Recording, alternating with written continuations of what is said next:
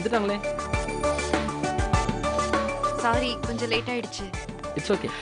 Hello, உட்காருங்க. Start பண்ணலாமா? நான் ரெடி. முதல்ல விஷ்ணு கிட்ட இருந்து ஆரம்பிக்கலாமா? சொல்லுங்க விஷ்ணு, எப்படி உங்க ஃப்ரெண்ட்ஷிப் இந்த கம்பெனியோட growthக்கு முக்கியமான காரணமா இருந்துச்சு? காலேஜ்ல பெஸ்ட் ஃப்ரெண்டா இருந்தவனே ஆஃபீஸ்லயும் ஃப்ரெண்டா கிடைக்கிறதுக்கு நிஜமாவே நான் கொடுத்து வச்சிருக்கணும். அந்த வகையில we are really gifted. Wow, it's very interesting. Vishnu sir எங்க திறமையை முழுசா நம்பினாரு. புதுசா சேர்ந்தவங்க தானேன்னு சாதாரணமா நினைக்காம பெரிய பெரிய ப்ராஜெக்ட்லாம் எங்களை நம்பி கொடுத்தாரு. அவன் நம்பிக்கை எப்படியாவது காப்பாற்றணுன்றதுக்காகவே நாங்க 3 பேரும் எந்துவா வேலை செஞ்சோம். வேலைக்கு நடுவில் டென்ஷனை குறைக்கிறதுக்காக நாங்க அநியாயத்துக்கு அரட்டை அடிப்போம், கலட்டா பண்ணுவோம். மற்ற டீம்ல இருக்கிறவங்களே நாங்க வேலை செய்யற ஸ்டைல பார்த்து பயங்கரமா பொறாமப்படுவாங்க. ஓகே, நீங்க சொல்லுங்க கார்த்திக். இவன் சொல்கிற மாதிரி தான். ஆனால் அதுக்காக எல்லா நேரமும் ஜாலியாக இருப்போம்லாம் சொல்ல முடியாது.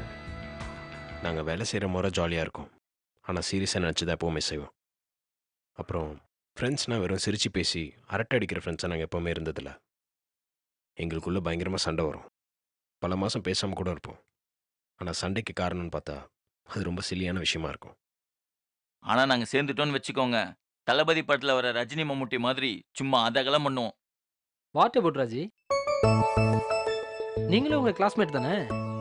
இல்ல, நான் கிராமத்துல இருந்து வந்தவ. ஆரம்பத்துல இந்த ஆபீஸ்க்கு வரதுக்கே நான் ரொம்ப பயப்படுவேன். இங்கிலீஷ் பேச தெரியாது. யாராவது இங்கிலீஷ்ல கேள்வி கேட்டா கூட அப்படியே எனக்கு வேர்த்துடும். சும்மா எஸ் சார் நோ சார்னு சொல்லி தப்பிச்சு ஓடிடுவேன். அதனாலே யார் கூடயும் பழகாம ஒளிஞ்சு மறைஞ்சுப்பேன். அவ்வளோ தாழ்வு மனப்பான்மை. ஆனா அதுல இருந்து என்ன வெளியே கொண்டு வந்தது கார்த்திக் தான். அப்படியா? ஆமா, இவர் மட்டும் இல்லனா நான் எப்போ இந்த ஆபீஸை விட்டு ஓடி போயிருப்பேன். எதுக்கு பயப்படுற? இங்கிலீஷ்லாம் ஒண்ணுமே இல்ல. தப்பா பேசினாலும் முதல்ல தைரியமா பேசு, அப்புறம் தானாவே நீ சரியா பேச ஆரம்பிச்சிடுவேன்னு எனக்கு தைரியம் கொடுப்பாரு. கடைசியில அவர் சொன்னது அப்படியே நடந்துருச்சு.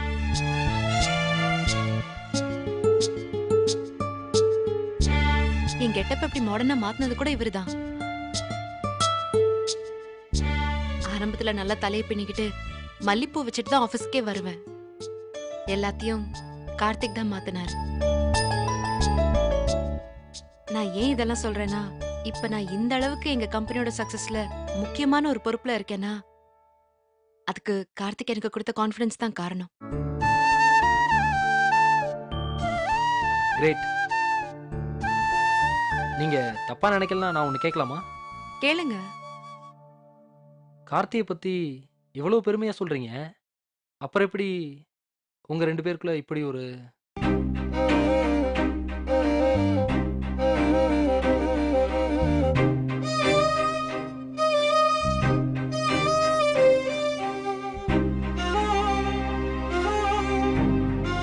சாரி, சங்கடமா இருந்தா வேணாம்.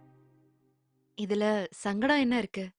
ஃப்ரெண்ட்ஷிப்ல இருந்த லவ் அண்ட் அண்டர்ஸ்டாண்டிங் எங்க மேரேஜ் லைஃப்ல இல்ல.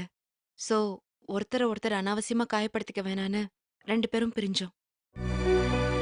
But we are still working together in our projects. இப்பவும் கார்த்திகை நான் என் ஃப்ரெண்டா தான் நினைக்கிறேன். எந்த ஒரு சிச்சுவேஷன்லயும் எங்க பர்சனல் ப்ராப்ளம்ஸ் வேலையை பாதிக்க கூடாது இல்லையா? கார்த்திக், நீங்க என்ன நினைக்கிறீங்க? இல்லை, இதில் நான் சொல்கிறதுக்கு ஒன்றும் இல்லை. என்ன பிரச்சனையாக இருந்தாலும் எனக்கும் வேலை தான் முக்கியம்.